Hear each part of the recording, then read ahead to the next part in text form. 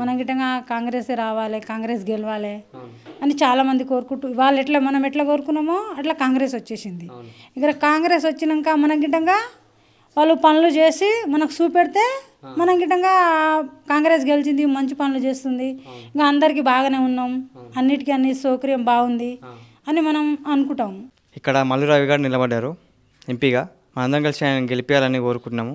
ఎందుకంటే ఆయన ఎంతో మంచి పనులు చేస్తున్నాడు, ఇంకా చేశాడని కూడా మనకు నమ్మకం ఉంది, ఇంకా చేస్తాడు. ఇప్పుడు మన కాంగ్రెస్ గవర్నమెంట్ కూడా చాలా పథకాలు ఇచ్చినాయి, 6 పథకాలు ఇచ్చినారు. మొన్న తుగ్గుల్లో మీటింగ్లో కూడా చెప్పినారు, మేనిఫెస్టో రిలీజ్ చేశారు, అన్నీ కూడా అమలు అవుతున్నాయి. కాబట్టి మనం కాంగ్రెస్ గవర్నమెంట్ని గెలిపించుకోవాలి. సెంట్రల్లో కూడా మనకి మోడీ గవర్నమెంట్ వద్దు, మనం రాహుల్ గాంధీ గారిని ప్రధానమంత్రి చేయాలి. ఇప్పుడు కాంగ్రెస్ అంటే కాంగ్రెస్ గెలిచి ఏం సంవత్సరం కాలే కదా, 4 నెలలు అవుతుంది. ఈ 4 నెలల ఆయన సగభాగం చేసిండు, ఇక సగం చేయలే. ఇక 5 సంవత్సరాలు ఉంది. 5 సంవత్సరాల వరకు ఇంకా ఆయన ఏం చేస్తాడో మనం ఇంకా ముందు చూడలే కదా. ముందు చూస్తేనే మనకు తెలుస్తుంది. ఇక ముందు చూడలేనప్పుడు మనకి ఎట్లా తెలుస్తుంది?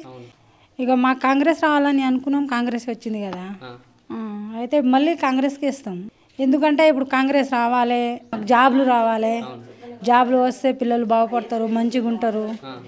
అందుకోసమని ఇక పిల్లలు ఎట్లా పోరాడితే మేము గిట్టంగా అట్లనే పోరాడినాం. ఇక చేయి గుర్తుగా వేసినాం మేము ఓటు. మళ్ళీ అదే రావాలని కోరుకుంటున్నాం.